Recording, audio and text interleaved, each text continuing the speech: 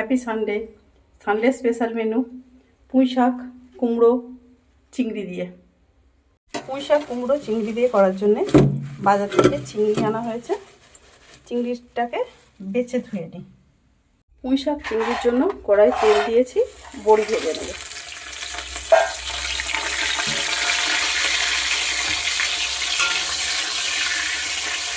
বড়ি দিয়ে কুমড়ো পুঁই শাক চিংড়ি খুব সুন্দর রান্না করা যায়। আজকে ওটাই রান্না করছি। বড়িটা ভেজে তুলে নেব। বড়িটা ভাজা হয়ে গেছে, এবারে চিংড়ি মাছটা দিয়ে দিচ্ছি করা।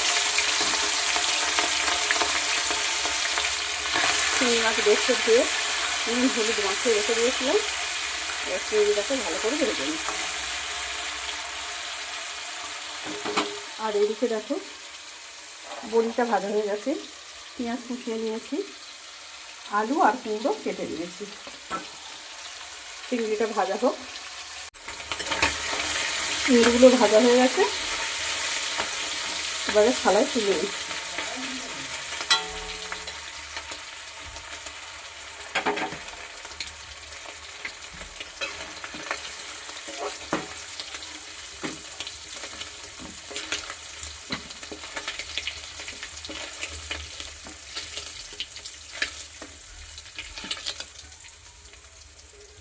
চিংড়ি ভাজা হয়ে গেছে, এবার কড়াই দিয়ে দিচ্ছি পেঁয়াজটা।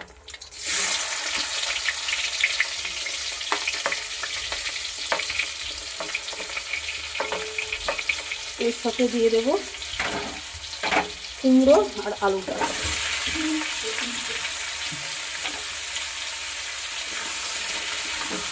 ভালো করে ভেজে নেব।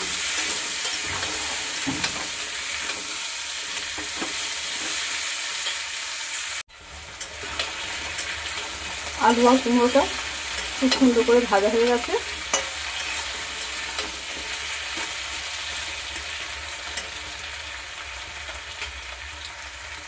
পেঁয়াজ আলু কুমড়ো একসাথে খুব ভালো করে ভেজে নিয়েছি।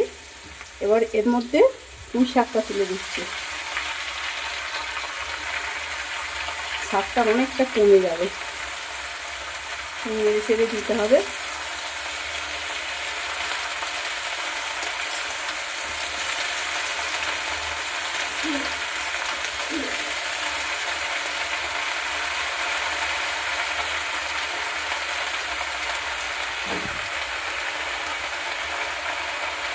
কড়াটা প্রায় ভর্তি হয়ে গেল শাকে।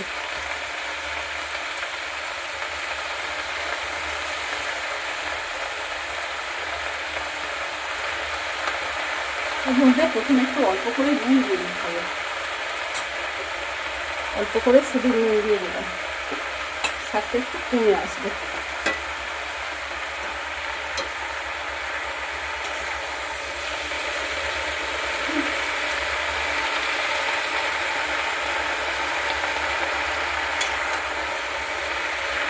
উল্টে পাল্টে দিই।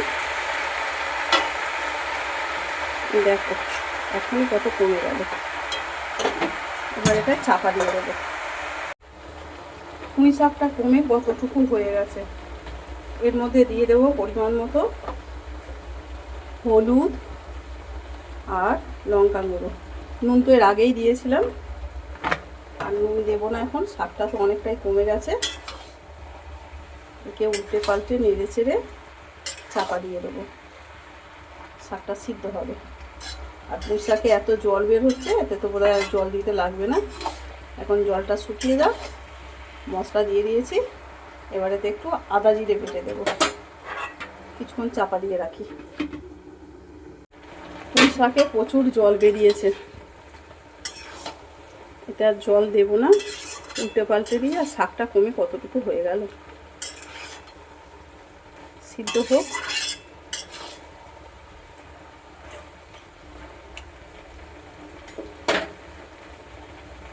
চাপা দিয়ে দিই। পুঁই শাকটা সিদ্ধ হয়ে গেছে, জলটাও পুরো শুকিয়ে গেছে। এর মধ্যে দিয়ে দেবো একটু চিনি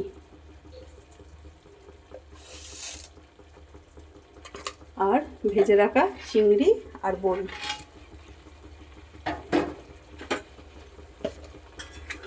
দিয়ে নেড়ে চেড়ে নামিয়ে নেব। পুঁই শাকে কিন্তু আমি জল দিইনি, পুঁই শাক থেকে যে জলটা বেরিয়েছিল ওই জলেতেই সিদ্ধ হয়ে গেছে। এখনও সামান্য জল রয়েছে, আর একটুখানি চাপা দিয়ে দিই তাহলে। রেডি হয়ে গেছে কুমড়ো পুঁই শাক চিংড়ি।